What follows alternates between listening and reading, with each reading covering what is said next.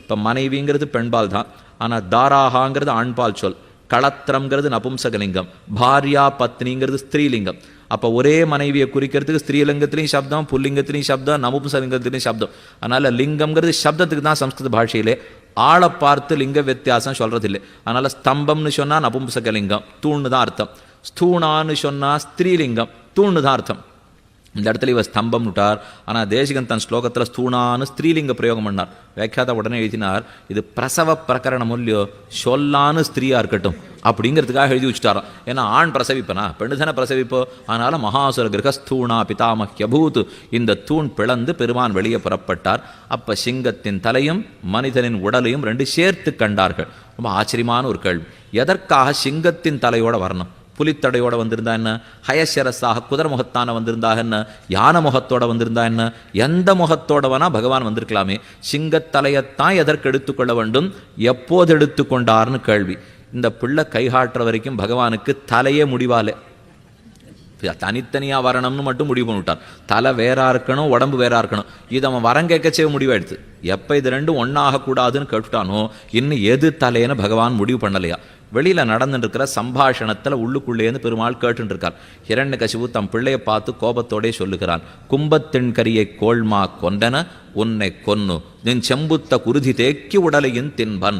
ஒரு யானையினுடைய மஸ்தகத்தை எப்படி சிங்கம் பிளந்து அதன் இரத்தத்தையும் நரம்பையும் குடித்து விடுமோ, அதை போல நீ காட்டின இடத்துல மட்டும் இந்த பகவான் இல்லாத போனா, நான் சிங்கமாக இருந்து உன்னை யானையாக வச்சு உன்னை கொன்று உன்னுடைய குருதி எடுத்து நான் குடித்து விடுவேன் என்ன ஹிரண்யகசிபு பிள்ளையை பார்த்து சொல்லிருக்கான். ஒரு தகப்பனார் பிள்ளையை பார்த்து சொல்கிற ஆச்சரியமான வார்த்தை, அன்பு தோய்ந்த வார்த்தை. தகப்பனார் பிள்ளையை பார்த்து சொல்லிட்டு இருக்கார். இது உள்ளுக்குள்ள தூணில் இருக்கிற பகவானுக்கு காதில் விழுந்தது. என் பக்தனை யானையாக வச்சு நீ சிங்கமாக பிளந்துடுவேன்னு சொல்லியோ இல்லையோ, உன்னை யானையாக வைத்து நாம் சிங்கமாக இருந்து பிளந்து விடுவோம். அப்பதான் தலையே முடிவாச்சான். அது வரைக்கும் எந்த தலை எடுத்துக்கணும்னு பகவான் முடிவு பண்ணலே. இப்போ சிங்கத்தோட தலை எடுத்துனுட்டார். அந்த தலையோடு வெளியே புறப்பட்டான். திருமேனுடைய அழக வர்ணிக்கிறார். நாயம் மிருகா நாபி நரஹ விசித்திரமஹோ கிமேத நிருமிருகேந்திர ரூபம். இது நரனாகவும் இல்லை, மிருகனாகவும் இல்லை, நிருமிருகேந்திர ரூபம். நரத்தமும் மிருகத்தமும் கலந்திருந்த ரூபம். ஏற்கனவே சில அவதாரங்கள் நடந்திருக்கு. முதல்ல மத்ஸ்யாவதாரம், கூர்மாவதாரம், வராகாவதாரம், இதெல்லாம் மிருகம் மட்டுமே அவதாரம். மேற்கொண்ட அவதாரம் மனுஷன் மட்டுமே அவதாரம். இந்த நடு அவதாரம் தான் நரத்தம் மிருகத்துவம் கலந்திருக்கிற அவதாரம். சிதாக்ஷீர நியாயம்னு பராசர பட்டர் எழுதி வைத்தார். நிரு ஹரிதசையோஹோ பஷ்யன்னௌத்பத்திகம் கடனாத்புதம். இந்த ரெண்டு பாலும் சர்க்கரையும் சேர்த்து சாப்பிட்டுட்டா அப்புறம் பிரித்து சாப்பிட மனசே வராது. பாலை தனியாக சாப்பிட்டு இருக்கிறோம் அப்படியே சாப்பிடுவா, சக்கரை தனியாக சாப்பிட்டுருக்கோம் அப்படியே சாப்பிடுவா. எப்போவான்னு ஒரு தடவை சக்கரை போட்டு பாலை கொடுத்துருங்கோ, அப்புறம் தனி பால் கொடுத்தா சாப்பிடுவோமா? அதை போலத்தான் நரனான அவதாரம் தனியாக இருந்தால் தனி, மிருகமான அவதாரம் தனியாக இருந்தால் தனி. நரத்துவம் மிருகத்துவம் கலந்துடுத்துனா அப்புறம் பிரித்து பார்த்து சேவிக்கிறதுக்கே வராதான். இந்த பெருமானை பார்க்கறச்சே பயங்கரமான ரூபமாக இருக்கும் போல் இருக்கே.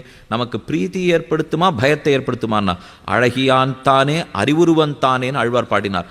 இந்த அழகு எந்த திருமேனிக்குமே வராது. அது ராமனுக்கும் வராது, கண்ணனுக்கும் வராது.